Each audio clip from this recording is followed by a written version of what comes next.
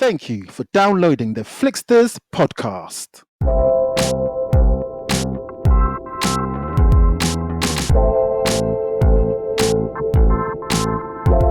On this week's episode, and I'm telling you, this guy, if he is Dr. Doom, then it will be Doom. This was a low point for me, man. Seriously, I got bored. Oh, she is a gangster. She needs to be respected. She needs to be in the next Expendables, man. They need to call her. It says over MGM, the Hollywood studio behind the James Bond and Rocky franchises, is up for sale with a price tag of more than $5 billion.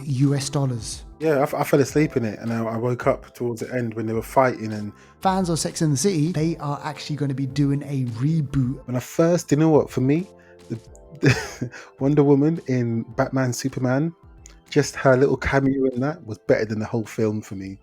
When she entered that film and we heard that music, hello and a very merry Christmas, if we haven't already said it. But actually, hang on, by the time people listen to this one, Devaldo, it's going to be New Year's. So listen, Happy New Year. Welcome to 2021. This is the first episode of 2021. We are the Flixters, and we have been doing this show for a long time, and we love it. We're going to keep on doing it. And we're here to talk movies. So, Devaldo, what are we doing first? Shout outs. Yeah, shout outs. But you're right. It's going to be Happy New Year, isn't it? It's literally 2021 now, hopefully. We never know. It means it's been a crazy 2020, isn't it? So crazy. Yeah. Happy New Year, guys. And hope 2021 is going to be a better one for everyone. Yeah. But yeah, first couple of shout outs go out to G__X. And also Natalie 24th, and they both gave us a shout out on Instagram in relation to coming to America. Yes, so the trailer dropped a few days ago, or about a week ago, and we put the post on Instagram, and it took it got a lot of response actually, because it seems like a lot of people, everyone can't wait for this one. This is a generational. Like the last time it came out was 1980. I want to say 88, I think. Yeah. Something like that. And I mean, come on, this is ages. This sequel has been ages in the making. Some people say it shouldn't. They shouldn't do a sequel. They should leave it alone. Others are like, nope, we want it. Yeah, I want to see what happens. Arsenio Hall. You want to see it, yeah? I want to see it. And see, the thing is, right, listen, one thing, everyone, if you haven't seen the trailer, there's no CGI involved. And when I mean no CGI involved, look at Eddie Murphy, right? This guy, oh my gosh, he is looking as fresh as the day he walked out of Zamunda, man. I'm seriously, this guy is like, honestly, this guy, he's like Benjamin Button. Do you know that? Like, he's just like that. Crazy, man. But yeah, man, so I'm really looking forward to coming to America too. But yeah, absolutely. If you go online, there's loads of people that say, oh, why are you messing around with this? Crazy. But yeah, I can't wait for that one. It's coming out on Amazon Prime in March. So not long to wait for that one. Yep. So all good. So yeah, those are the shout outs for this week. Brilliant. All right. Okay, let's crack into movie news. So I think it was last week, I think we started speaking a little bit about The Witcher, and we said, there was kind of, the whole tier system back in the UK has messed things up for filming of a lot of TV shows and some films.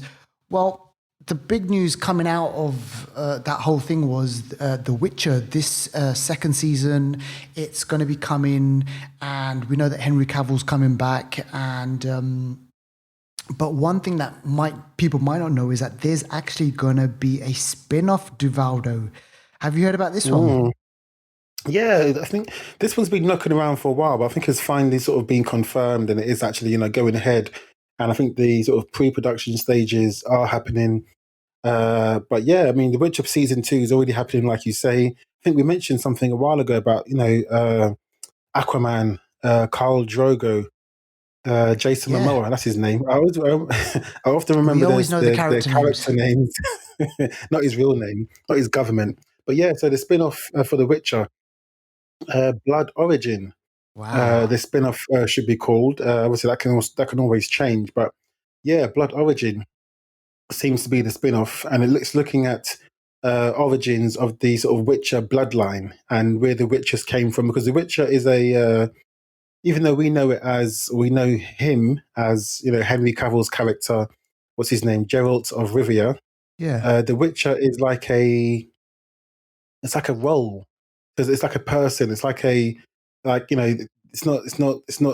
not fixed. Someone else can be the Witcher for a specific amount of time, and it's like the Witchers can be different people over time. So Right. this is going to look at the origins of where perhaps the Witchers sort of spawned from, why they were needed, in those treacherous times, and magic and mystery and all that kind of shit was going on. Wow. So it's going to delve a bit more into that. So I would think it's going to be obviously like a prequel type situation. Sure. I don't Sure. think it will be sort of following from the Witcher season that we saw. But you never Yeah. know. You You never never know. know. And there was talk also, I mean, I'm not sure if you heard about this as well, or maybe our listeners heard about this, but there was also talk about another spin off, like an anime one as well. And this one Mm. being called Nightmare of the Wolf. And Mm. apparently, there's going to be something's going to be released in 2021. And obviously, it's from the same people who, bring us The Witcher. But it's just like they're really trying to, Netflix are really trying to expand this whole Witcher universe, Deval.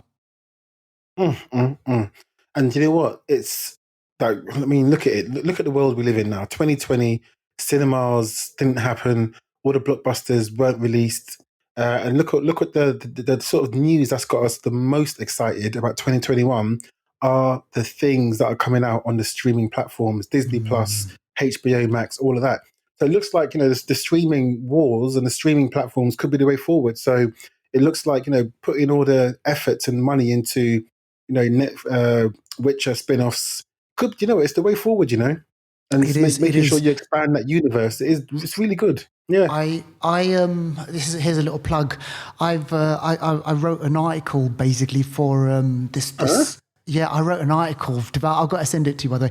I wrote, and I'm going to put it on our Instagram and Twitter stuff as well. But I wrote an article, and basically in an article, I speak about this whole thing about this connected universe. So this thing where you go to the cinema. Well, if you can go to the cinema, you watch a movie in the cinema. And then the streaming platform, they'll make something connected to that movie. And then there'll be this connected universe, and there'll be characters like mixing with each other. Man, that is what's going to happen. And I kind of speak about this. So yeah, exactly what what you're saying right now, that is what's going to be happening more in 2021. So so keep a lookout for that one, folks. I'm sure Netflix, they're going to be doing more of this sort of stuff. But yeah, The Witcher is coming. And we'll keep you posted on that one. Let's move on to some other news now. The Russo brothers, they obviously, huge. They became so obviously famous because of Marvel and Endgame, Infinity War. They've made some great movies, Civil War. Great movies. They then turned up on Netflix. They were the producers behind Extraction, which is this great action movie starring Chris Hemsworth, Thor. And now Millie Bobby Brown, it looks like as if she's in the end game. She's going to be working with the Russo brothers for a sci-fi movie. Yeah, the Russo brothers are behind it as well. So again, the Russo brothers, they're kind of this creative team. They're working with obviously Marvel. They're working with Netflix. They've got projects lined up here and there. I mean, they are choosing and picking whatever they want to do, right? Yeah, they're like the George Foreman of movie producers right now. It's so good. They put their name on it. That shit's gonna sell. Exactly, Yeah. exactly. So this thing that they're working with Millie Bobby Brown is a Yeah. graphic novel, and it's called The Electric State, and it follows a teenage girl. Well, I'm assuming it's Brown, in an alternate future, who encounters a strange but sweet robot she soon realizes was sent by her missing brother.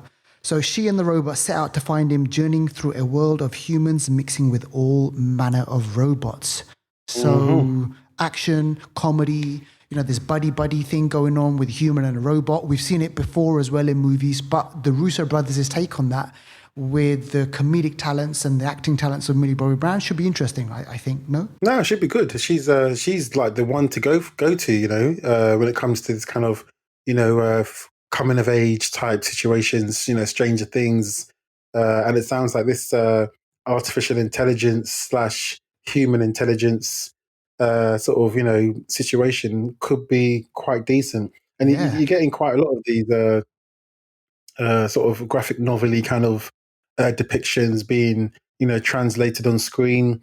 You're getting quite a lot of movies and shows that kind of blend, technology and the sort of perils of technology and what technology could bring, regarding human existence, but then looking at how to keep the humanity side of things as well. And I think that could really come together if they do it well, which I'm pretty sure they will. Yeah, no, absolutely. Yeah, sounds really good. All right, let's move on now to Deadpool 3 news. Deval, what you got for us? Yeah, Daphne is keen to return as X-23. You're Yeah. thinking, Daphne is keen? No, that's not her. Her name is Daphne Keane. You might know her as X-23, who was in, Logan, I should say, Logan, actually. yeah. The young girl who was like Logan's clone or daughter. I think her name is Laura Linney or something. I could be getting that wrong. But yeah, she is keen to come back as X-23 in the upcoming Deadpool 3 movie. Hasn't been confirmed. She's literally just said in an interview that, there's rumors about that happening. I can see the dynamic of that working because her character works really well with the grumpy kind of, Logan. And I think there's that disparity of, one's young and one wants to do stuff and is rough around the edges, doesn't follow the rules, and then the other one is a bit weathered and grumpy. But I think with Deadpool, it will work in the opposite way because Deadpool is very obviously he's a madman, but I Crazy. think as X-23, as she grows up, I reckon she'll be more like Wolverine. She'll be the grumpy teenager, a bit like Negasonic Teenage Warhead, but a bit more Yes. hardcore. So I think that kind of, that kind of blend could work, I think. It could, Yeah, because that could she's got a work. bit more bite, like to her. So it's Yeah, like, yeah, man, that sounds really good. Yeah, man, Daphne Keane, she was great in that. I remember Devour. Remember that we she's, watched it. We watched it in cinema together, yeah, and yeah, man, she's that really was good. great. And I didn't know she's British, and she's also in his Dark Materials. I had no idea she was British at Wow, all. wow, I didn't Yeah, know she's that. good. Did not know that. She's really good. Yeah, she's in his Dark Materials. Season 2 is currently happening now on BBC here in the UK. I think it might Okay, be HB. No, it's not HBO. I don't know what network it is worldwide, but in the UK it's BBC, and it looks like a Lion Witch in the Wardrobe's quite Harry Potter slash situation. So interesting, yeah. interesting stuff. All right, okay, so yeah, we'll keep you posted on that one. Always looking forward to any Deadpool news. All right, let's Oh speak yeah, about Giancarlo Esposito. People might know him as, well, right now they'll probably know him as Gideon. Is it Moff? No, it's Moff Gideon, isn't it? Moff Gideon. Yeah, Moff Gideon. I always get that I wrong. know him was another G. As another G as well. Yeah. Breaking Bad. I mean, people will know him from Breaking Mhm. Bad, Los Hermanos Pollos, and Ah. yeah, man, it's just this cool cat of an actor. So, what's going on? Could we see more of him on our screens? This guy can do anything. Like he's one of those like he's I don't know, he's like the Samuel L. Jackson, the Morgan Yeah, Freeman of the acting world, because it's like obviously I'm not dissing his experience or his CV, but I had never seen him before Breaking Bad, and yep. even when he came out in Breaking Bad, he wasn't a young man. No, But it seems like ever since then, this guy can any role he wants to do, he just dominates it. it's Like you say, so we saw true. him in Moff Gideon. He's excellent in that. He's also been in what else was he was in The Boys, wasn't he? He's in The Boys as well. Oh yeah, he's the He's, owner of Vought. yeah, he's not got a well, he has got a big part in that, but for some reason, it's like he just I don't know, he just blends in between these It's shows. just It's like it's so he's a real cold, isn't free he? agent. Yeah. But to answer your question, yeah. So the rumor is that Giancarlo Esposito is supposed to be playing, or rumored to be playing, Doctor Doom in the new Fantastic Four. Ooh. I mean, I've seen the sort of the the art. What do they call it? The fan art. Yeah, Yeah, the I've fan seen art. the Yeah. fan art of it, and I'm telling you, this guy, if he is Doctor Doom, then it will be doom for a lot of people. He is just not to be messed with. The way he can act already, the way he can just look at you. He just, yeah, he's not to be messed with. If this happens, it'll be good. It might be, I don't know. I think I kind of like him. He might be everywhere too much. I don't know if I you know what know. you Do mean. you know what I mean? That's the Do only you thing that know? can go against him. You're not even. I'm so glad that you said that. We can speak about this later on when we speak about the main movie. And when I'm talking, I'm going to be talking about Pedro Pascal, and it was the strangest of things to see Pedro Pascal in Wonder Woman, because I seen him in, obviously, you don't see him in Mandalorian that much. And then you kind of see him in Wonder Woman, and you're like, shit, shit, he's in the Mandalorian, and like, because he's got all this talk about. But then I put on a movie for the kids called We Can Be Heroes, and Pedro Pascal turned up in that as well. And I'm like, shit, wherever I go now, I'm seeing Pedro Pascal. So is this the kind of like exactly what you're saying? Are we seeing too much of him? But we'll speak about that later on. But yeah, I know what you mean about seeing people too much. Yeah, and it's also when they're in a big role as well. There's no hiding, and obviously that's going to be all over the poster and stuff. So it kind of But I mean, he's a great actor, so I'm not surprised everyone wants a piece of him. But I wonder who else. I mean, they say the Krasinskis might be involved in Fantastic Four.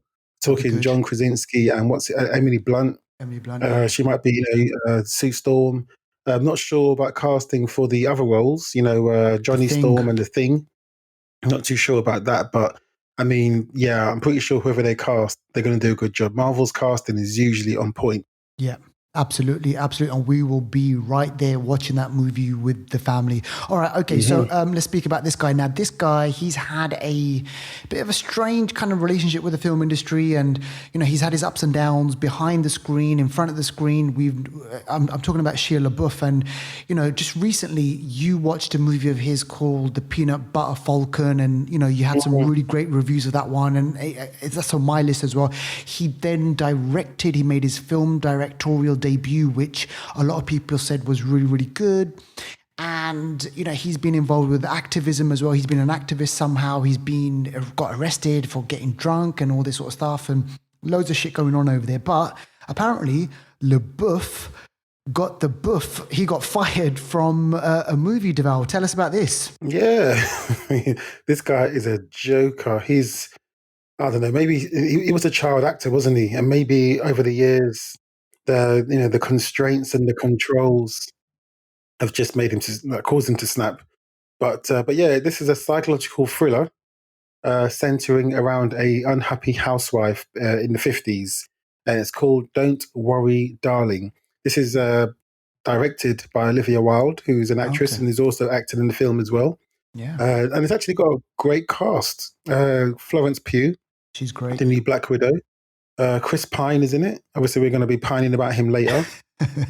Gemma Chan, who's been in, she's going to be in Immortal. She was in Humans. Yeah. I also saw her in King's Cross a little while ago. King's Cross, yeah. Nick Kroll, who's the voice behind Big Mouth. I don't know if you've seen Big Mouth, but the animation on Netflix. Oh, you need to see it. Just not around the kids. Yeah, honestly, you need to see it. Harry Styles is in it as well. Kiki Lane is in it as well. Good cast. Wow. So the name that I haven't mentioned in this cast list is Shia LaBeouf, because he was being naughty on set. Olivia Wilde and obviously the other producers said, it's not going to be viable for them to work with him and for him to be a positive influence on the set. It was cited as bad behavior. For him, that could be a whole host of things. Maybe he was, I don't know, that could be anything, but I think they've put it politely. He's probably doing something that obviously is a lot worse than bad behavior, but they just don't want to say what it is. Wow. And for him to be let go, obviously that's his payday gone. That's his reputation as well going.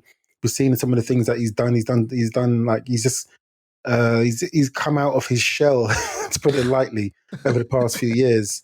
And this guy, I mean, we just hope he just thinks about what he's doing and looks after his career. But did you ever see that one where? Did you ever see the one where he was walking on the red carpet and he had just like a brown paper bag over his face? And he had written on there, "I am not Shia LaBeouf." Yeah. So, he's making these statements. Sorry? He's making these kind of like statements and doing this sort of stuff, so no one knows exactly what's going on in his head. But check this out. In early December, apparently LaBeouf was sued by the musician FK Twigs, who was formerly his girlfriend. Did you hear about this one? Oh, wow. No. Mm-mm.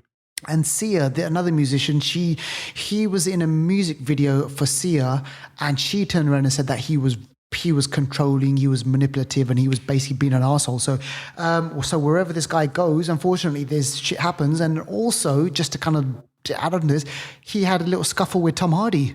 Is it? On Does he the that's Bane? he's messing with Bane apparently, and apparently he punched Tom Hardy on the set of Lawless. Apparently some shit was going on over there as well. So listen, yeah, loads of drama with this guy, which is kind of ironic. All right, okay, Harry Styles, by the way. Harry Styles is the one who actually replaced him. Harry Styles, on the movie. Yeah, we saw him in 1917. I think that he was in that, wasn't he? Oh, he was in my gosh, my mind's gone blank now. The Christopher Nolan one. Oh, sorry, Dunkirk. Yeah, that's the one, Dunkirk. All right, okay. So yeah, go online, check out LaBeouf and tell us what you think about that one. All right, okay, now let's speak about Benioff and Weiss. Remember those guys, the creators of Game of Thrones. Deval, what are they doing? Yep. Well, they're actually on the set of a movie, sci-fi movie, I believe, by... I think it's set, or the sci-fi novel or book or story originated from China, and it's one of China's sort of biggest selling sci-fi stories. And they're making a movie regarding this. It's called The Three Body Problem, and it seems like now they should be changing that title to The Four Body Problem, because there was a poison murder plot on the set of the movie. Can you believe it? What? Holy shit. It must have been Essence of Nightshade, isn't it? It must have been the Strangler. Gosh, that's what took Joffrey, the Strangler, poison. What the maybe hell? Milk of the poppy. Maybe it was too much milk of the poppy in the coffee. Oh gosh. I shouldn't laugh. This is actual real life shit. This is real life shit going on. One of the producers was poisoned by allegedly by another producer. What the I'm not hell? sure what's going on there. Obviously, Benioff and Wise, their names are being, put through the motions because they're the big names on the set, but obviously they've got nothing to do with it. But yeah, this is big news. I mean, you're trying to kill someone through poison on a film set. Shit, I'm laughing. And That's bad. it's not part of the film. That's crazy. But we just hope the person, does make a recovery. Yeah. We just don't know what's going to happen with that one. This was actually about 10 days ago. This happened. Shit. You know what? They'll end up making a movie about the making of the movie. It's just like one of those things, right? If this just turns out to be what it is and they find out who this is, I'm pretty sure we're going to be seeing more of this. That's mad. Oh, yeah. So yeah, a three body problem. All right, okay. Deval, did you ever watch any Sex in the City? I used to love that. I've seen every episode like more than 2 times. Now, I'm going to admit to something. At first, I was like, what is this? I'm not going to like this. I'm just not going to bother watching this thing. And I'm not joking, right? You end up watching like a few episodes and then you end up watching a few more. And then before you know it, you've seen all 6 seasons of it. So listen, Sex and the City is this huge, massive show, like this worldwide phenomena, basically on HBO. They made 2 movies out of it. And fans of Sex and the City... you're going to be happy to know this or find out about this, that they are actually going to be doing a reboot. It's actually being called, they're labeling it a limited series revival that will air exclusively on HBO Max. So now Deval has already mentioned this about, content coming out on streaming services. If you want to watch Sex and the City, you're probably most likely going to have to subscribe to HBO Max's new streaming service. So, but check this out. Here is the kicker though. Kim Cattrall apparently is not going to be returning to the show. How is that even possible? That doesn't surprise me. I mean, she said for years now that she doesn't want to be involved in it again.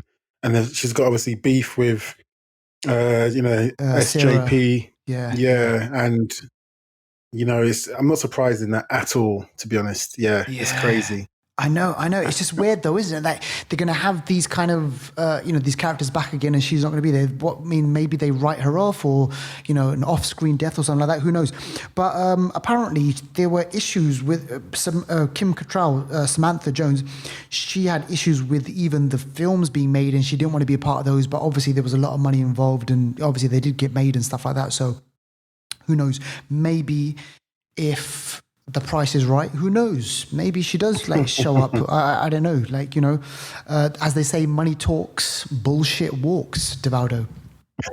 Exactly. All right, okay. Now here's some news that you're definitely gonna love. Reservoir Dogs. It is one of my favorite Tarantino movies. It's one of his earliest. Well, it's actually, I think it was his film debut. I think it was his film debut. Reservoir Dogs, brilliant, written and directed by Quentin Tarantino, set in kind of like this one location and this kind of this bank heist gone wrong. Well, check this out. Taika Waititi, director of Hunt for the Wilder People, obviously Thor, Love and Thunder, which is going to be coming up. He is actually going to be remaking Reservoir Dogs as a series for FX. And FX, Devaldo, who's that owned by again?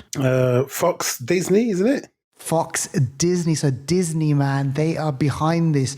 But I just think it's just crazy. So he's going to be making this. Obviously, he's doing all the Marvel stuff and he's going to be doing the Star Wars stuff, but he's also working on a Reservoir Dogs series. So check this out. So a press release says the new show follows 4 native teenagers in rural Oklahoma who spend their days committing crime and fighting it. That's all it says. Is it? Okay. That's gonna be so snappy, so witty, so edgy. You just know it, innit? You just know it. His brand of sense of humor and everything, that's all going to be in there. So, yeah, I don't know when this is coming out. I mean, we don't know any other further information, but as soon as the Flixters know it, we'll definitely let you know about it. So there's that. And finally, let's just finish off film news with this one, Devaldo. James Bond owners, MGM, that huge, man, they've been making movies since flipping God was a boy. They are looking to sell their film catalog, Devaldo, which also includes James Bond. Apparently, what? No way, no way. They are looking. I'm reading the blurb. This was reported in the Guardian. It says over MGM, the Hollywood studio behind the James Bond and Rocky franchises, is up for sale with a price tag of more than $5 billion. Oh my gosh. What the hell's going on? And they have their back catalogue, check this out, is MGM owns a library of 4,000 film titles and 17,000 hours of TV programming, like Gone with the Wind, The Hobbit, to TV hits such as The Handmaid's Tale. And they own films like Creed, like all the Rocky movies, like loads of other stuff, obviously. But those are the big. But the biggest thing that they've got, obviously, is James Bond. That is mad. Damn. That happened. I mean, who do you think will buy it? Who's gonna get that? It's just like, could they do another, I don't know, Mickey Mouse on that and bloody just snap it up? It's a lot of money. Isn't that more than what Star Wars went for? I think that was $3 billion, wasn't it, or something? Something 2 like or that. 3 billion. But out of the lot, Apple is the only other one who could probably take that. Yeah. That's a big responsibility because they got to do it justice, Exactly, man. Man, listen, any more news on that one, we'll definitely let you know. But it's big news, and it just shows you that these big studios, maybe they're just thinking, give our stuff away to the streaming, the streaming giants and whoever that is. The new players might be coming in. Who knows? Who knows? Imagine like a company in China decides to buy all that up. You never know, man. It could happen. So they split all these things up. Consortium. Yeah, you're right. Exactly. There you go. All right, folks, those are your movie news. And let us know. Keep in touch. Tell us what you think about that. And if there's any movie news that you know that you want to share with us, please do let us know. All right. So we're going to add in a little bit of an extra kind of segment to the show. This is 2020 highlights and lowlights.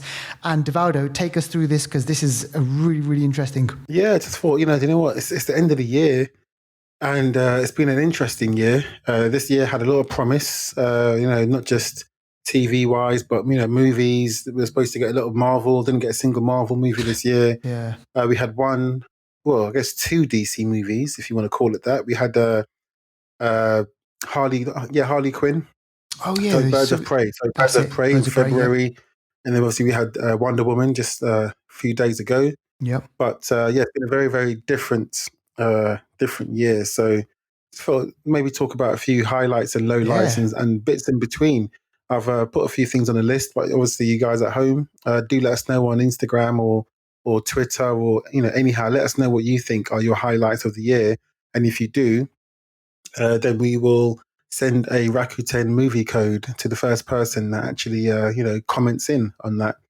The first thing I'll put on this list is Tenet. Yeah, Tenet it's is a a big good movie. one. Obviously Christopher Nolan, Warner Brothers, and quite a big movie to come out, especially during the pandemic. But for me, for me it was a highlight. I've put it down as a split because Yeah, it did split a lot of opinions out there. A lot of people didn't get it. A lot of people just thought, "What is this? It's too much. It's too complicated," and it kind of it really split the room. For me, it was a highlight, and I know for you as well, you enjoyed it. yeah, But I think a lot of our listeners, they may be a bit, I'm not too sure about this one. But for I me, know. it was very, very ambitious. It was very, like, just very elaborate, very scientific, which I like. Everything Yeah, I'm saying about it, I like. A good action movie. The sound was just crazy. Just the whole premise around it was something that you just haven't really seen before. So I think it was quite a brave, movie. And for me, I watched it, I think 4 times in the cinema. So, yeah, yeah. I know, Matt. I kind of, I know sorry. exactly what. Yeah, I know exactly how you feel. And the thing with me is when you think about Christopher Nolan movies, they're kind of like these big event movies. He doesn't make. He has made, but he doesn't make kind of like now anyway. He doesn't make kind of small movies. The budget on this was probably, I think it was around about $205 million plus marketing plus advertising. So they spent shitloads of money. And the sad thing is, not everyone went out to go and see it. And I get it. There was obviously a pandemic. I saw it in cinema. You saw it in cinema. You saw it a lot of times in cinema. And when I went to go see it in cinema, Devaldo, I'm telling you, there was probably only about 10, there was probably about 10 of us, 10, 15 of us, right? In the cinema. And his movies demand that you watch them on the big screen. And just like you said, the storytelling, the action, the whole setup, man, it's just like, how the hell do they make this movie? So for me, it's a highlight. Like you said, it's ambitious.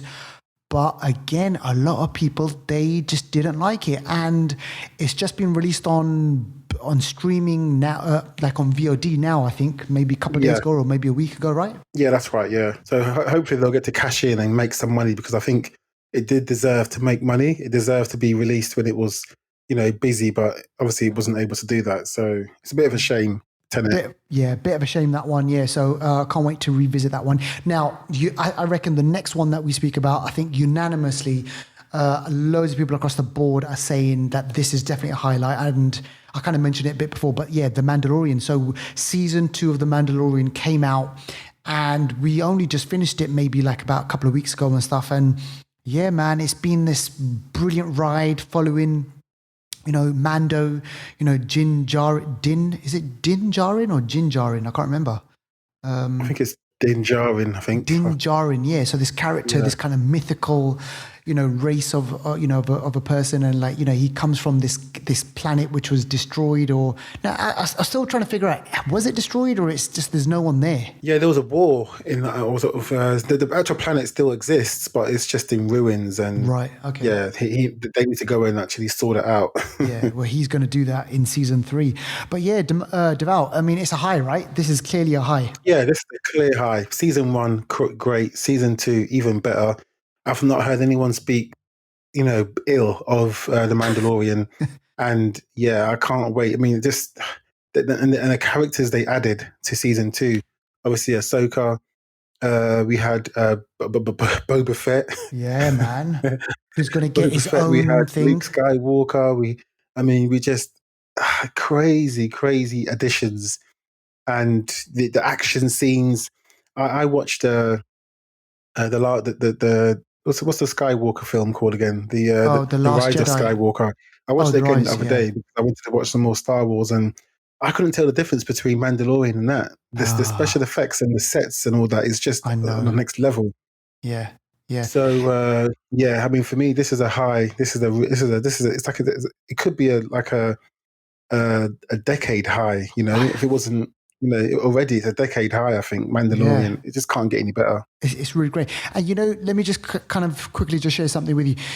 Like we have issues with those three, The Force Awakens, the Jedi movies and the Rise of Skywalker.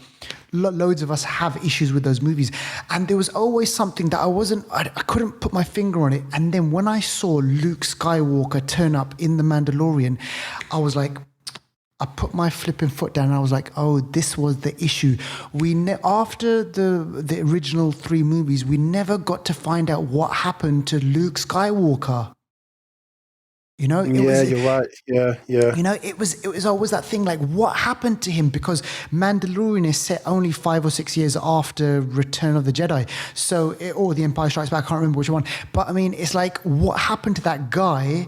And they just skipped all of that 25, 30 years, and I get it because obviously Mark Hamill, he got older and stuff and maybe they couldn't do CGI. Well, mind you, they could have done a CGI, couldn't they have?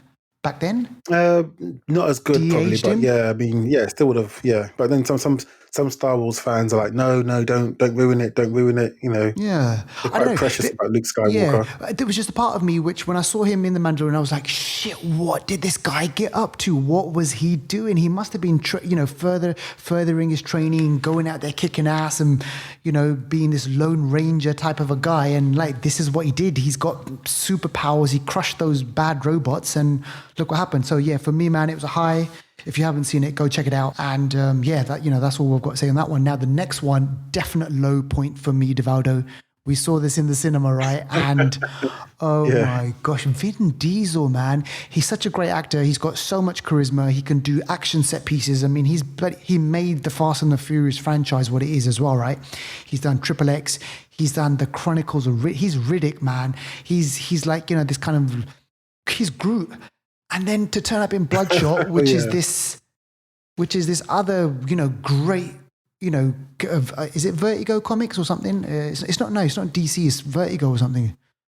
Yeah, something like that. Yeah, I think Vertigo Comics or one of those. Man, this was a low point for me, man. Seriously, I got bored.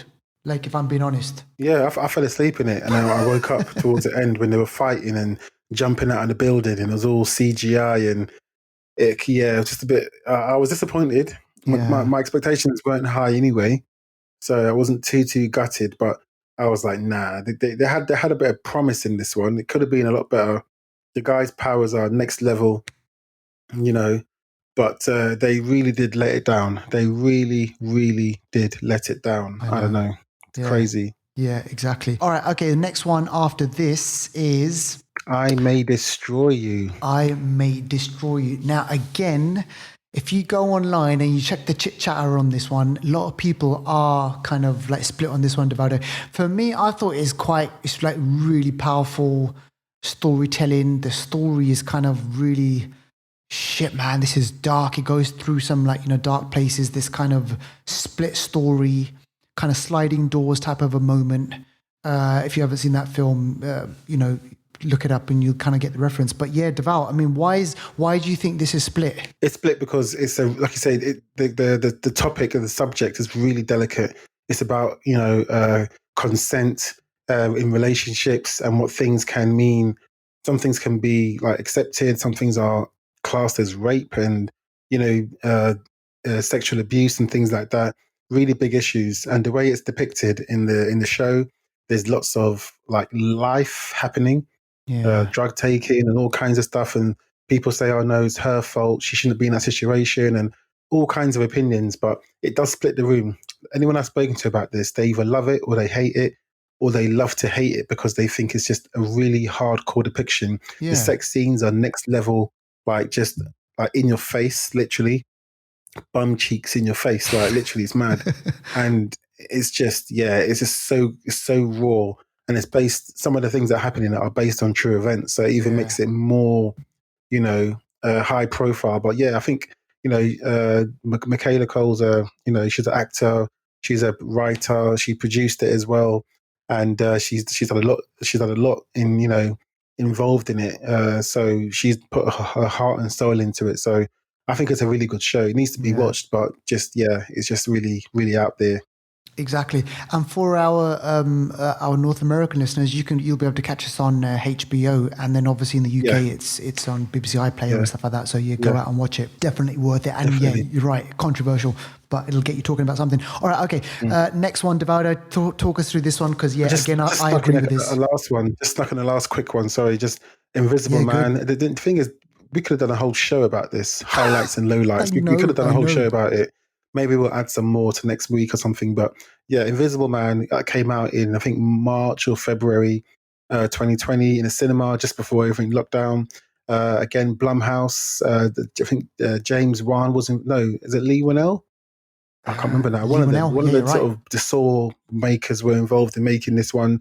The budget was less than, I think the budget was 8 million for this, Something like that, and five or six it years, did something. so well at the box office. Obviously, before things were on lockdown, and it was just a really good spin on the Invisible Man and Elizabeth. What's her name? Elizabeth Shue. Is that her name? Moss. No, Elizabeth Moss. Sorry, Elizabeth Moss Shue. Yeah, Elizabeth, Elizabeth but Moss actually, was the there's a main connection. star in this. Elizabeth Shue was in the other one. She was in which one? She was in Hollow Man. Oh, Elizabeth. Oh, is it? Oh my gosh, look at that. My Yeah, knowledge is just spilling out. I didn't there even you go. realize. But yeah, really, really good, really, really good film. Quite hardcore in certain places. The technology behind the Invisible Man suit was good. It was a bit of a horror, a bit of an action, bit of a sci-fi. It was just an all-round good film. I watched it Yeah. twice and I enjoyed it twice. So for me, that was a sort of undercover highlight. To excuse the pun of the invisibleness, but it really did hit us by surprise, that one. It did, yeah, and absolutely. Rated R, Devaldo. So you said about kind of, yeah, Mm. there's moments in there which are a bit kind of shocking.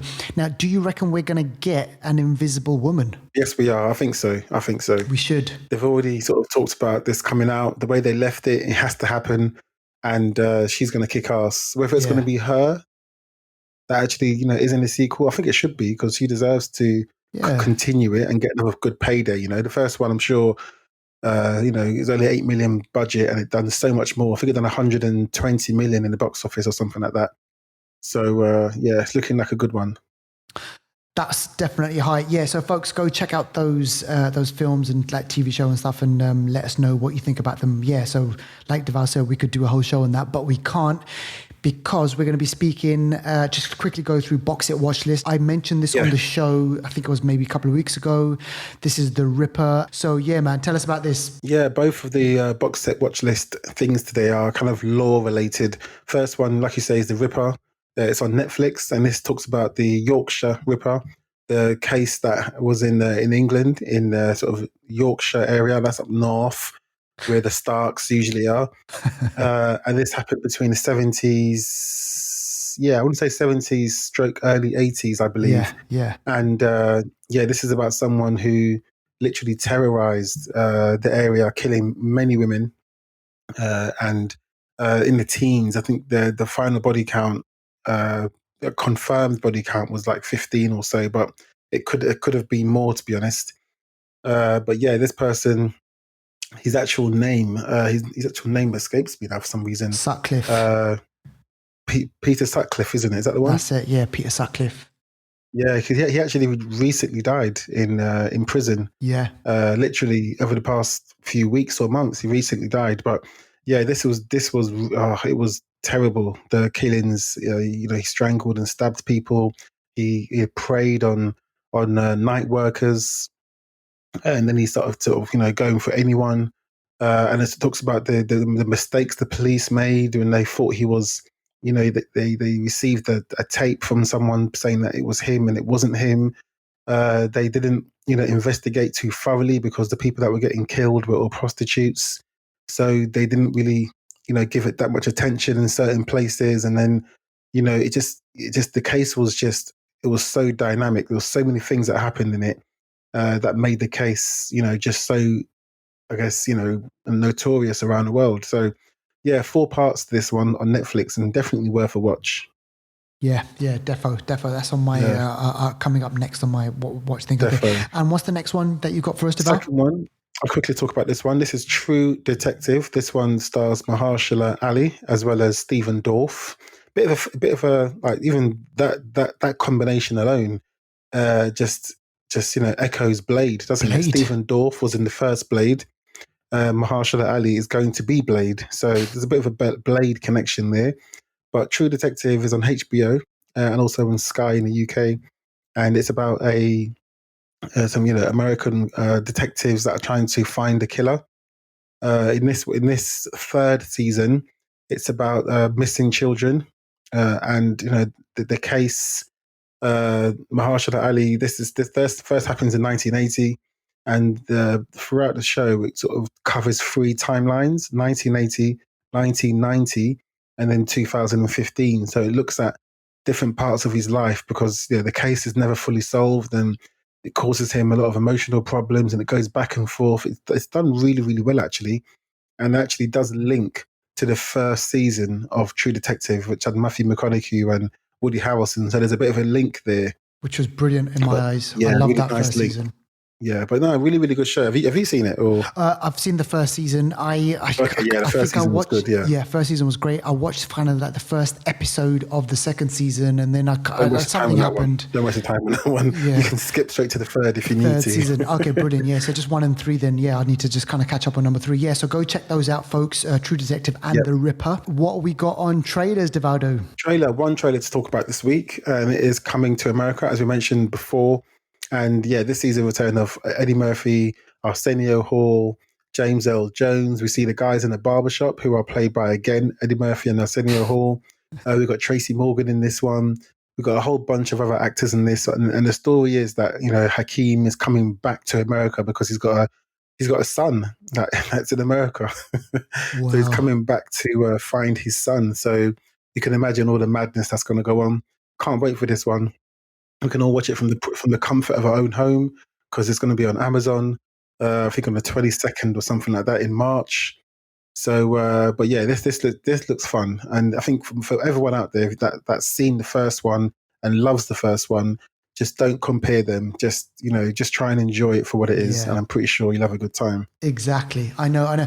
And like you said about having expectations, and there's a part of me which is like, you want it to be good, but then you also have to understand that it's never going to come close to the original because things rarely do. So you just got to go in with this kind of open mind type of thing like that. But yeah, coming to America, go check out the trailer. I'm sure people will be expecting that one. All right, okay, now let's go over to Anniversary Corner. And Devaldo, you've got some great ones for us over here. So the first one from 10 years ago. This is Clash of the Titans from 2010. It's got a connection, kind of the mythology and the kind of maybe the place, right? Or we've got a connection with our main movie. Yeah, a bit of a connection to the main movie from our Anniversary Corner films here. And the first one, like you say, is on Greek mythology, Clash of the Titans. This is 2010. This one starred Sam Worthington as Perseus. We had Liam Neeson as Release the Kraken, Zeus. And Ralph Fiennes as Hades. My girl Gemma Atherton as Io. Yeah. She's and good. and also Mads Mikkelsen is in it as well. So really good cast actually. Luke Evans as well. Sorry? Luke Evans. Yes, Luke Evans is Apollo. Yeah, he's in it as well.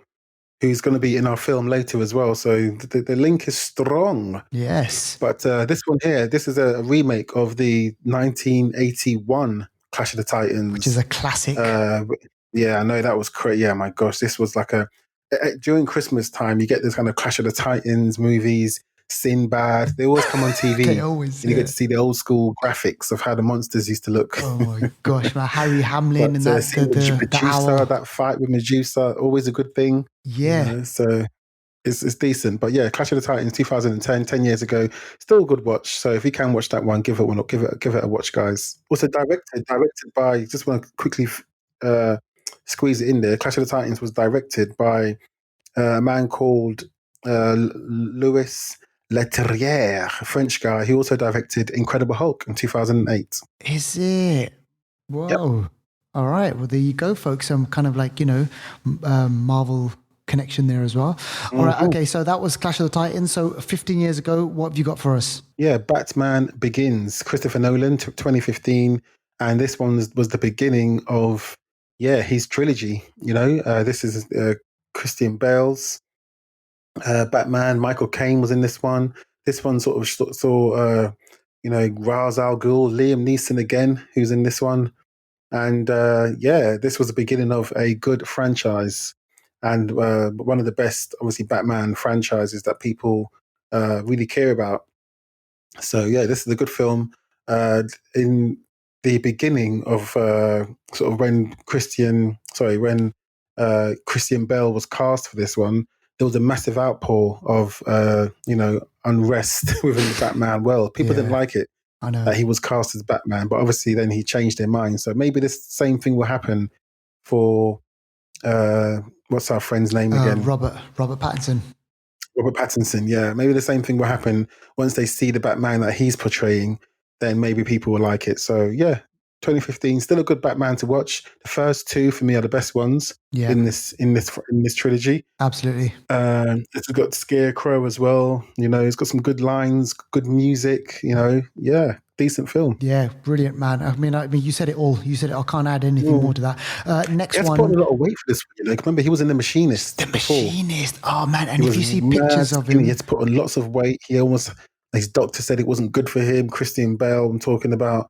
So yeah, this film here, it had to do well, and it did do well. It did. And yeah, man, it's great. If you haven't seen those movies, you need to go check them out. And like Deval said, especially like number one and number two.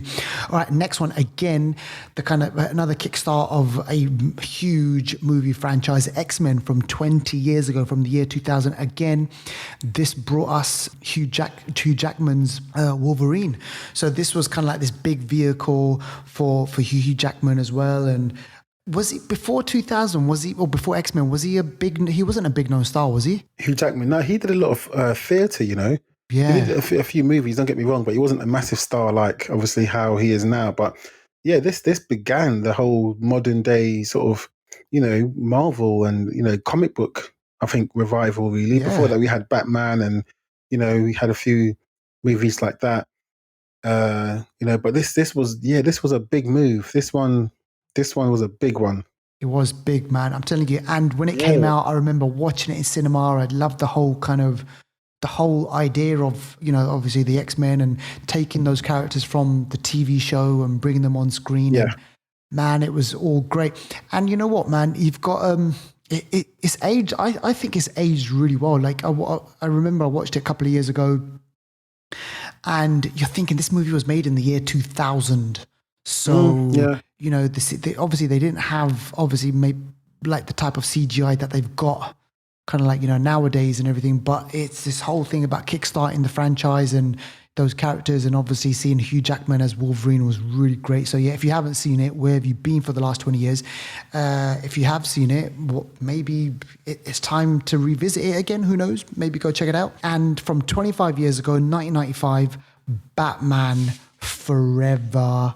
Now, Devado, I get confused. Is this the one with Val Kilmer or George Clooney? This is the one to forget. This is Val Kilmer. Oh, okay, right. Tommy Lee Jones, Jim Carrey as the Riddler, Nicole Kidman.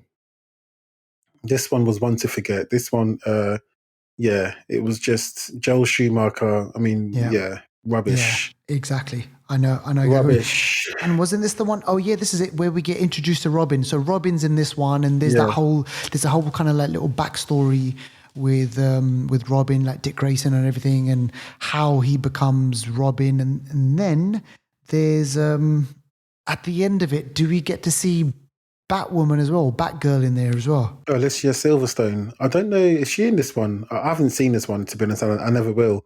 But it's not great. I don't know if she was in this one, to be honest. She might have been towards the end, like you say. Apparently, and also John Favreau was in this one as well. John Favreau, oh my gosh! Apparently, John Favreau. Apparently, Jim Carrey and what's his name, Tommy Lee Jones, they didn't get on well with each other. Oh, is it? Oh, because Jim Carrey, he's so like out there, isn't he? He's just so outlandish, and Tommy Lee Jones is just kind of like straight faced, like poker faced all the time. And apparently, their two personalities just kind of like didn't get on well. So if you go online, you can read about it. Yeah, it's quite funny. All right, okay. Now this next one from 30 years ago. These are all-time classic movies from a classic movie star, which unfortunately we don't get to see on our screens, but China O'Brien, man. Oh Yeah. gosh, China O'Brien, Cynthia Rothrock. We spoke about her last Oh, 2 weeks she ago. is a gangster. She needs to be respected. She needs to be in the next Expendables, man. They need Oh to call her. man, They need to call seriously, her. Back in the days, this came out in 1990. Part two also came out in 1990. You mad, see isn't how they it? used to make movies back then? How can you Back to bring out two back. films in the same year? Oh gosh, man, she's great. And when you see kind of like if you go online, if you go on YouTube and you see the fight scenes that Yeah, she's been involved with, man. And if you watch the documentary that we spoke or that we spoke about on last week's episode, she could take a beating. Like she speaks about this whole thing about no wires, none of this sort of stuff. yeah, exactly. Sometimes she would get kicked in the face and like booted up the bum and like all this sort of stuff. Like, it happens. Yeah, So it's real deal. She was the real deal. got a lot of respect. She got a lot of respect. I mean, the first one came out in February 1990. The second one, China O'Brien 2, came out in June, only 4 months later. I mean, Shit, man. they weren't messing around. But yeah, I thought, you know what, this film needs to be on here. All the films in Anniversary Corner are action, sort of comic-y, kind of Greek history, but also we had to make sure we put a movie on here with a strong female lead.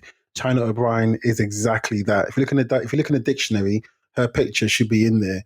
So definitely Cynthia Rothrock is a gangster not to be messed with. Not to be messed with, that one. And you can find her on Instagram and social media and all that sort of stuff. She posts like regularly. All right, okay, folks, it's time for us to go through our film review. So the movie that we are going to be speaking about is Wonder Woman 1984. And Deval actually went out. He's been sitting on this review for a while now. So he waited for me to play catch up. So I went to watch it. I watched it on Wednesday. Was it Tuesday or Wednesday? I went to go watch it, local cinema over here. And Deval saw it kind of like the week beforehand.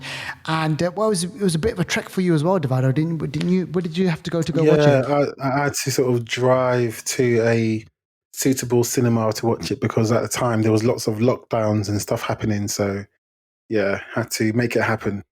Yeah, exactly. So we made it happen for you guys. So Wonder Woman. So where are we in the whole kind of Wonder Woman universe, Devaldo? So the first one came out in 2017. Obviously, Gal Gadot, she plays Diana Prince and, Wonder Woman. And then we had Chris Pine in that one as well. And to be honest with you, I can't even remember who the other players were. Who were they? In the first one? Yeah, like who were the other like guys? Oh, the first one we had... it was like her motley crew, isn't it? So the first one we had, what's the guy's name again? The guy, his name escapes him, but it was like her motley crew, but a bit similar to how, what's his name? Captain America had his motley crew. Remember when he had like a crew of, yes, I thought the Howling Commando. So she had like her own kind of Howling Commando, sort of, I guess, crew of people that she was with. Robin Wright members in this one. She's that from was it. House of Cards. We had, I can't say his name, Saeed Tagamu. He's the sort of Moroccan-y kind of guy. Yeah. We had, just a few people, but they weren't really sort of, headline grabbing people, but they were all part of her sort of crew to help her sort of thing. Yeah, if I can put it that way. Yeah, and then that movie ended with kind of obviously tragedy for Diana Prince and, Steve Trevor. He kind of like this pilot in World War II, and he dies, and she loved him, and in the second movie, so fast forward to 2020, she's still pining for him. Pun intended there, and she's kind of like living in the 80s, and so what I liked about this initially first was this kind of whole setup of being set in the 80s, like this is a man's world, like that whole kind of the sexism, chauvinism, and all that stuff playing on in the background over here, and so it's she's kind of part of that world. And yeah, man, Diana Prince, she's working in a museum, is where we meet her and stuff, and she's still missing Steve. Yeah, I think that it kind of shows that she's quite a loner because she's out of her time. Everyone's, she ages differently, so everyone's kind of gotten old. It kind of shows us her friend from Wonder Woman 2, Etta, the bubbly lady. She's aged out. and she's kind of alone. Yeah, a bit like how Captain America would have been if he wasn't on ice, really. Yeah. You know, Yeah. their stories kind of echo each other a little bit for me. So yeah, it's a bit of a sad one. She, you know, she's all hot and stuff, and she's got no one to keep her warm. You know. Exactly. And then, lo and behold, through the magic of I don't know, artifacts. Do you remember, the Greek gods or the Olympian gods or whatever, they imbued their power into these kind of objects, and the crux of the story is that one of these objects, falls into the hands of a character called Max Lord, who's played by the Mandalorian. Yeah, exactly. Yeah, Pedro Pascal. So, I mean, I don't know, this movie, I'll be honest with you, I enjoyed it more than I did the first one. Okay, so that's number one. Oh, okay. Pedro Pascal, I thought it was weird just seeing Pedro Pascal. I don't know why. It was just weird seeing it because I got so used to him being the Mandalorian, and to have this kind of this, him. and to have this wordy role. Because this guy is nonstop. He talks like nonstop, and he wants this, he wants that, and he's going there, and he's going there, and he's granting wishes left, right, and center. And before you know it, this object, it grants anyone who touches it and who wishes for something, the object grants that wish. So Diana, she wishes that Steve was alive and in her life again. So lo and behold, he's there.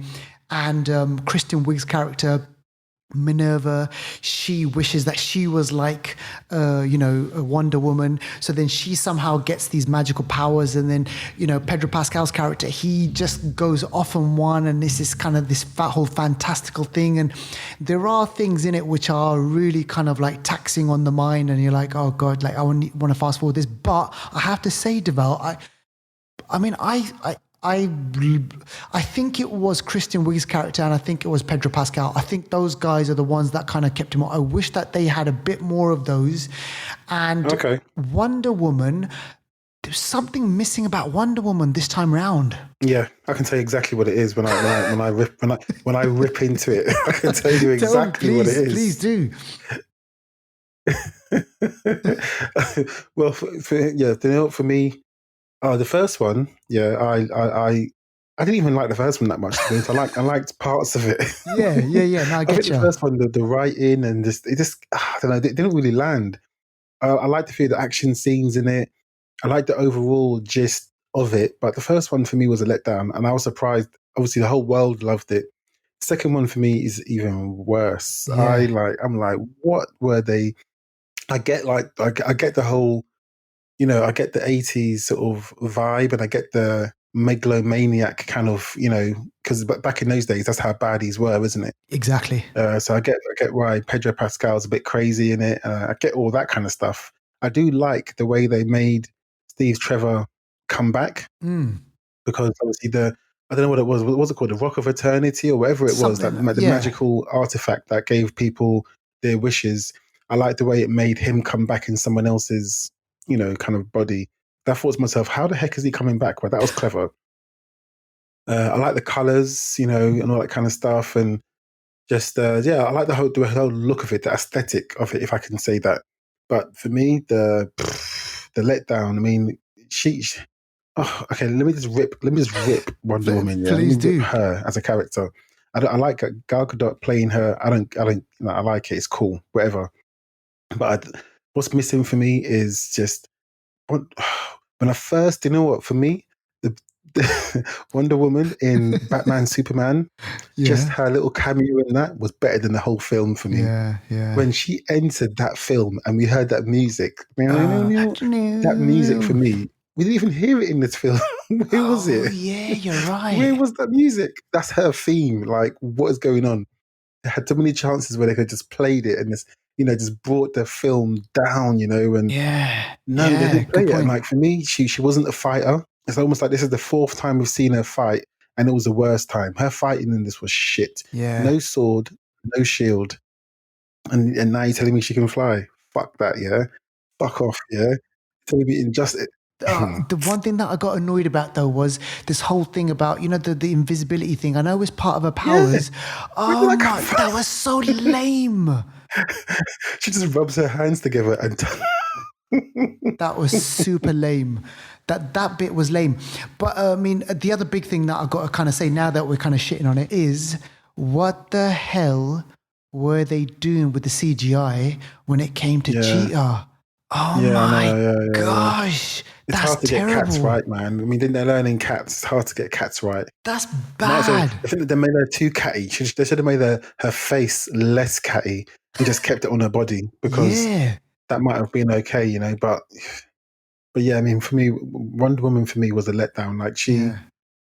she just wasn't Wonder Woman for me. The way she's flying now, her lack of battle skills, that suit that she had, that was like anyone could scratch through it. I mean, what was the use? She Exactly. puts on I this suit know. that's The supposed to be golden mad suit. powerful, and my girl's just scratching it off like it's nothing. I Yeah, know. I know. like it's I didn't tin like that. foil. I totally didn't like that. I tell you what, I liked when Kristen Wiig's character, when she was kind of like mean and she was kind of like turning that kind of dark Yeah, element, that was all yeah, good. yeah. But then when she became Cheetah, nah, you know what? I was just like, this is really, really lame. And then the ending, we kind of spoke about this, you know, off recording and stuff. The ending was just kind of, like you said, wrapped up in a bow. It was just nice Yeah, and like a neat. And cartoon, then, like a cartoon for me. Like, you know how cartoons sometimes just end and it's all happily ever after. It yeah, just ended a bit.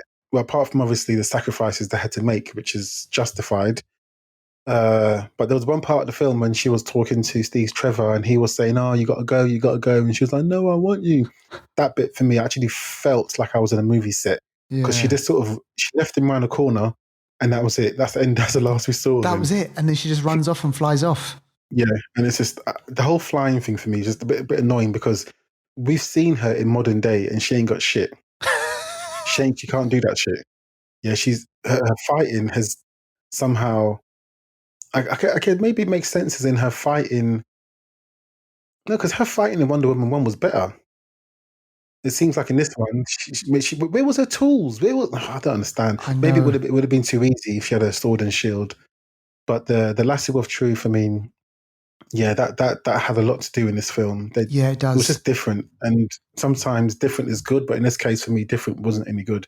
And we'll talk about the hidden gem really briefly afterwards. But I Yeah, wish, the hidden gem for me was was much better better. than this film, and I learned a lot more about Wonder Woman in the hidden gem than I I did in this know. film. That I know it's You crazy. know, So yeah, like with me, I mean, yeah, like you know, when you highlight it like that, yeah, I'm looking back now, I'm just thinking, shit, yeah, there was a lot more things yeah, wrong with the movie, and for me, just going back, I mean, it's just those probably Kristen Wiig's character, which kind of like you yeah, know that was kind of like the funny bits in there, and seeing Pedro Pascal doing that whole megalomaniac thing and like amping it up like to mm, 11 on the level there. It's just kind of like those were those stand-up moments. But for me, Wonder Woman, it wasn't like from like the 2017 those fight scenes and from Justice League and all that sort of stuff. So there's definitely a lot to be desired there, and apparently loads of people have complained about the whole cats thing, the whole kind of CGI thing with the cat. And apparently Patty Jenkins, she was being interviewed and she said the one thing that she was adamant about was mm, getting the CGI for the cat right. And I've got to tell you one thing, folks, they did not get it right. Whatever foot she had to put down to get the CGI like that, oh my gosh. It's like, what? you Is think this what it was shit? like before, isn't it? Exactly. It's just they should have just left her like what she was before. And I get it. They wanted to make her kind of like some apex predator, and she's got to be like seriously, unbelievably powerful. But oh man, like come on, man. It's just it was lame. So the villain, like a cartoon character villain in Max Lord, and then the villain, as in the superpower villain. Yeah, I don't know. It was just kind of like pretty lame.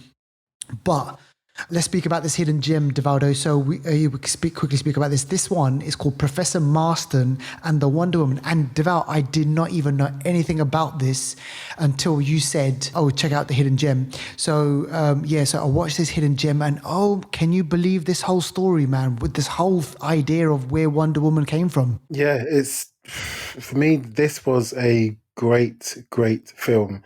I didn't know the history of Wonder Woman that well. The person that made or discovered or created Wonder Woman, Professor Marston, was a professor of psychology, I believe, and he also created the lie detector The lie test. detector, yeah. And it actually, you know what, that is just so telling, because what does Wonder Woman use? The Yes, the lasso of lasso. truth. So Absolutely. it's just so, it just, for me, that was just a wicked way to just sort of bring his psychological sort of academic skills into the comic books and make something that, you know, he's actually discovered in real life as well. But yeah, this movie, Professor Marston and Wonder Woman, is a great movie. 2017 it came out, so the same year as Wonder Woman Part 1. Yeah. Well acted by Luke Evans, Rebecca Hall, Bella Heathcote, among others. Directed by Angela Robinson, who is I want to say maybe a feminist director. I'm putting words into her mouth, maybe, but all the things I've seen her direct and create are all sort of, you know, powerful sort of female figures.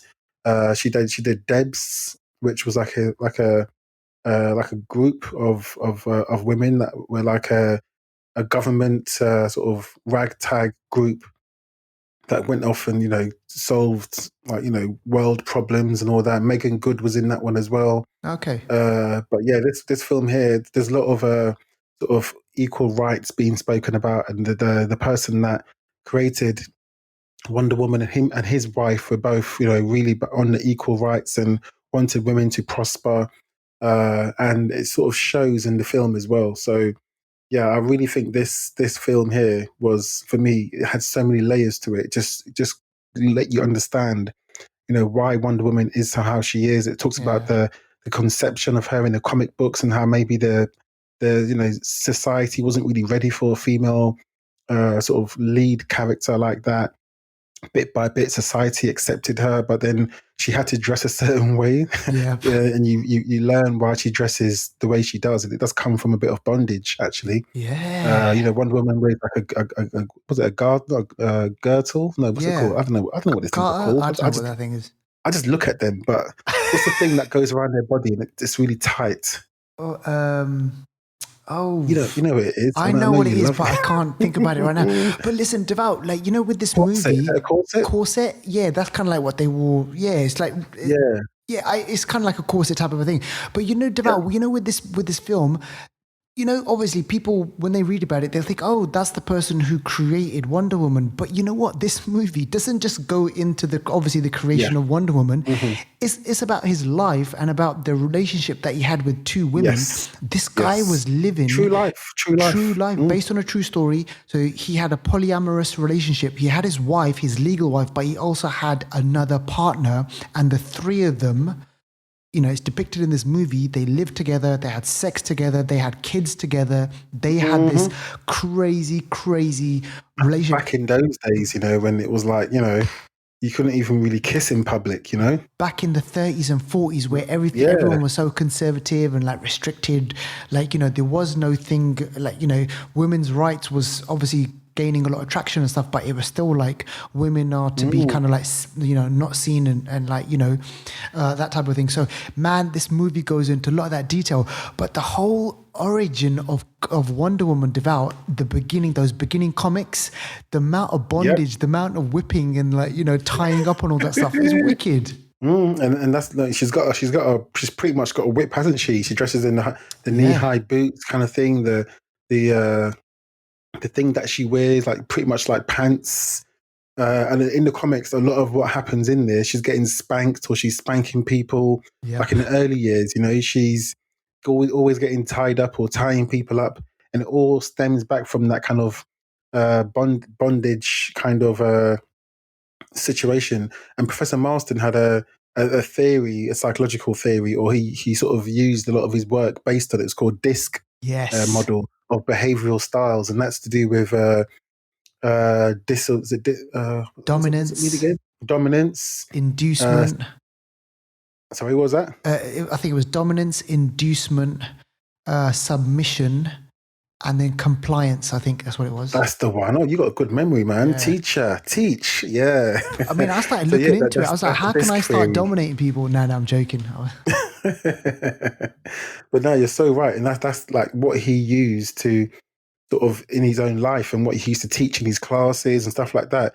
And then some of that theory that was actually portrayed in the comics. Some of the images that we're seeing, and obviously regular people won't know anything about that, but that's actually where it came from. So yeah, and even Wonder Woman, when you look at the movie and stuff, obviously she ties people up and stuff.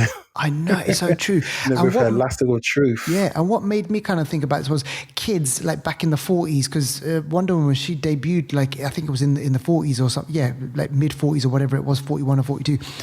And kids are reading this, but they probably didn't get like where the whole thing was coming from and the messages that he was trying to kind of put in those comics is based on, like you said, on his psychological, on his teachings and, like, you know, the theories that he had, man. It's fascinating stuff.